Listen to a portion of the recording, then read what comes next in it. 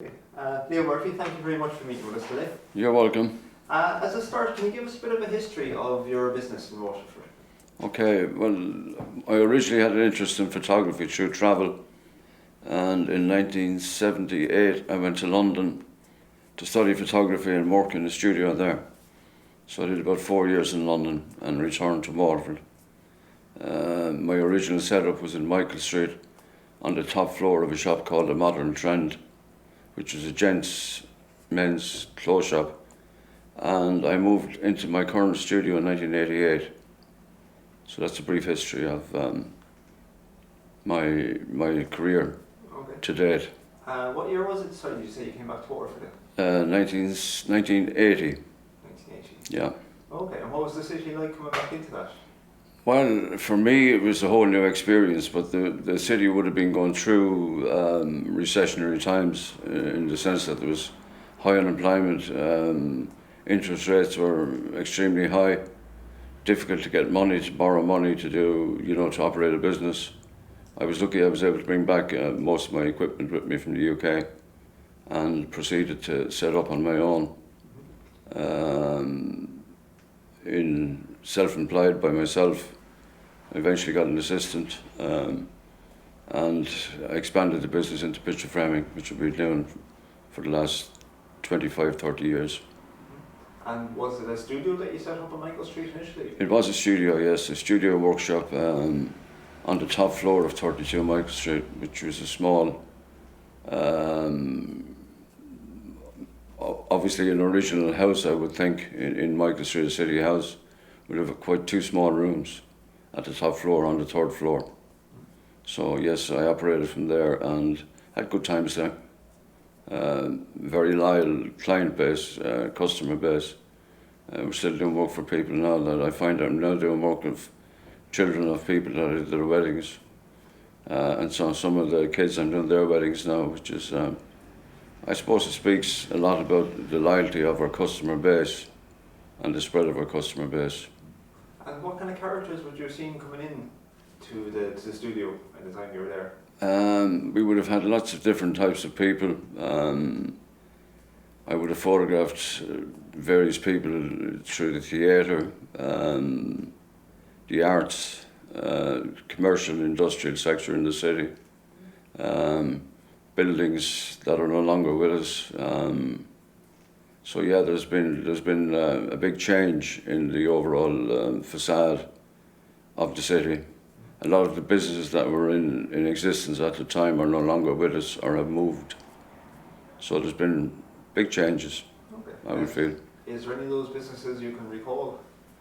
A lot of the businesses that would have been sort of here, Heine's jeweller shop in Barrack Street, Phoenix Tobacconist in Great Georgia Street, many small shops, sweet shops that have gone.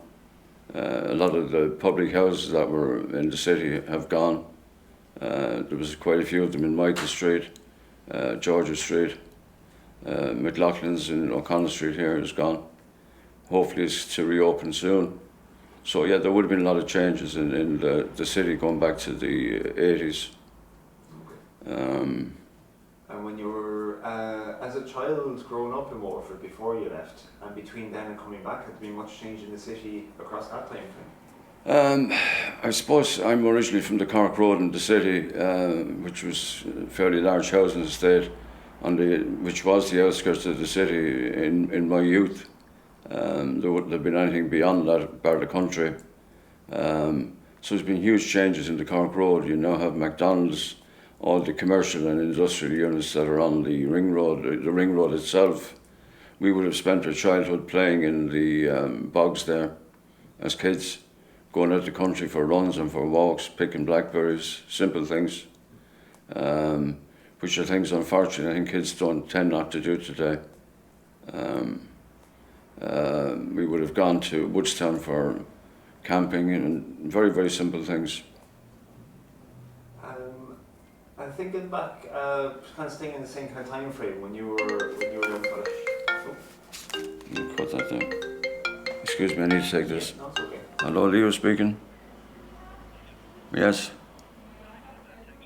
I'll ring you back in 5 minutes. I'm having lads in an interview with me here for some documentary. So I'll ring you back in a few minutes, Ian. Bye-bye. Sorry about that, lads. No problem at all. You can edit that, I presume. We won't have that on the screen. Mobile phones. That's another huge change. Modern technology. I travelled a lot when I was younger, and the only way you had of keeping in touch was by letter. So that's another skill I feel that's gone and lost with the advent of the mobile phone and tablets and whatever, emails and whatever else.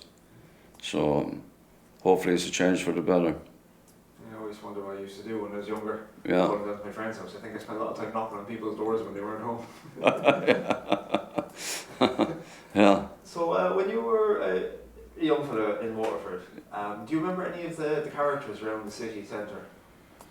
Well, I remember in the city there would have been the rag and bone man would have come on a Saturday to the estate on the Cork Road, and he used to ties for rags or rags for ties, but ties for rags. Yeah. So you give your ties if you brought out your mother's best clothes, you bring them out and you get balloon or you get something basic from him. The Apple Market was a thriving market. As it got its name, the Apple Market, there used to be two elderly men there from South Kilkenny. I think they were originally from Piltown, had orchards there selling apples. You had the sort of fishmongers selling cockles and periwinkles in where Dunn Stores, opposite Dunn Stores there now, near the City Square shopping centre. So, and there was lots of various characters then around the town, homeless people and whatever. When we were young, it's not something that you would have sort of looked seriously upon. But in hindsight, looking back, there were tough times. But people were a lot more friendly. They had a lot more time for one another, I feel, in those times than probably people have today. Everyone is in a hurry going over now. Any of the homeless people around, would any of them been of celebrity status, I guess, or would have been notaries amongst them? They would have been noted in the sense there was one man, Hughie, I believe he was from quite a wealthy family in Dublin. Very unobtrusive man, did his own thing, had a few drinks. There was another man then, Daddy Dick, we used to call him, at the pub in where the Abracababra restaurant is now on the corner of Parnell Street. That was quite a place. Can you freeze that for a sec? Yeah, go for it. Yeah. How are you? Yeah, I have a map I want to get framed. No bother, come into it. Please. I'll look it for you. Daddy Dick. No. We were just getting on to talking about some notary characters. Right. When I was growing up, boxing was a big sport, and there was a man by the name of Jimmy Jackson, who would have been known as quite a good boxer. Tanter Nash was another colleague of his, friend of his. These would have been great characters around the city. Then there was the Birdman, who used to feed the pigeons on the quay. Fond memories of him. He was also called Farticus because he always wore a large coat and always had corn or grain to feed the pigeons. So there was many great characters in the city. And kind of just as an end topic to talk about, photography in the city, those pool photographers was, I'm trying to think off the top of my Yeah, head. there was pools, Brendan Dalton, who was a photographer that operated over where Mulligan's chemist is now in Barrack Street. There was a side entrance there. He eventually went to the States, and he's not a photographer that's greatly remembered, but was a very good photographer. He became a studio photographer to the stars in Hollywood. So he's not a photographer that would be greatly recognised, but I would like to take this opportunity to recognise him. Annie Brophy was a superb portrait photographer, top of her league. She would have been one of the top portrait photographers in Ireland and for being a lady or a woman in the first place, it was a fantastic achievement for her. Very diligent, very articulate, very artistic, and the conditions that she would have worked under would have been a lot less favourable than the conditions that I now work under, from the point of view of lighting and retouching. The camera you see here behind me is from her collection. I was glad to buy it maybe 25, 30 years ago at auction in Curie's auction hall. Unfortunately, a lot of the other equipment left the country as a result of the auction. So I got some of her retouching kit as well. She would have had the skill of retouching. She used a negative, which would have been roughly about a half plate, which is 4.5 by 6.5, or maybe 8.5 by 6.5. And she would have retouched the actual negative. So where the film didn't show detail in, say, someone's hair, she would have had the skill to actually pencil in on the negative. So she was a very, very way ahead of her time. But photography has changed. Now it's everyone's a photographer now, and I think maybe some of the skill has been left behind, lighting skills, and that's progress. I'm sure when the first 35mm camera was brought out, people said, "What is this? How come we're using 35mm films or whatever for photography?" So it's progress. On that note, what do you think has been the big change in the city? That we seem to have kind of a rich historic or photographical history, or fairly rich photographical history in Waterford, but it doesn't seem to be as prominent now. Well, I would think going back to the 30s, 40s and 50s, having your photograph taken was a huge event in people's lives. It wasn't something that was done on a regular basis. Very few people had film cameras, possessed cameras, so the actual trip to a photographer was a huge day. It may have been a communion or a wedding or a confirmation or whatever, but there was always a purpose behind having a photograph taken. I feel today people, not everyone, thank God, but a lot of people don't have hard copies of photographs. Everything is in their camera or in their computer, so there's no real product that you could say that we have, which I think is I mean, every photograph taken is a day in history. It's something that is captured that will never be captured again. Some people appreciate that more than others, obviously. So yeah, that's what I would say. I would say it's a big change in the overall scheme of things. But there's probably an awful lot more photographers now operating in the city and county.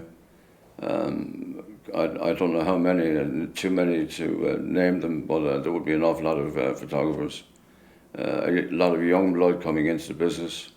My own son is now involved in the business with me here, and he did a series of photographs on the flour mills over, which is capturing another moment in history, because I'm sure, like a lot of the buildings in the city, they will no longer be with us in the few years to come, but at least they've been captured for future generations to see. And as a final note, is there any notable buildings around Waterford City, or streets or buildings that are no longer with us that you would have seen or remember? Yeah, I would have rememred. There was a school called the Bishop's Five School, which was on the grounds of the current House of Waterford Crystal, formerly the ESB building. Beautiful old building. The old railway station building in the quay, on the North Quay there. And there was also a beautiful railway building in Railway Square, which I fondly remember going to and going on the train to Tramore, which also had a fabulous building, which is still there in Tramore, but its sister building was in Railway Square. And unfortunately, people in their wisdom decided that they would prefer to knock these and put up modern buildings in their place, which I think in retrospect was probably not a good move. That's my own personal feeling. most definitely. I think that's good. Leo, thank you very much. You're very welcome. Thank you. Thank you. Thank you.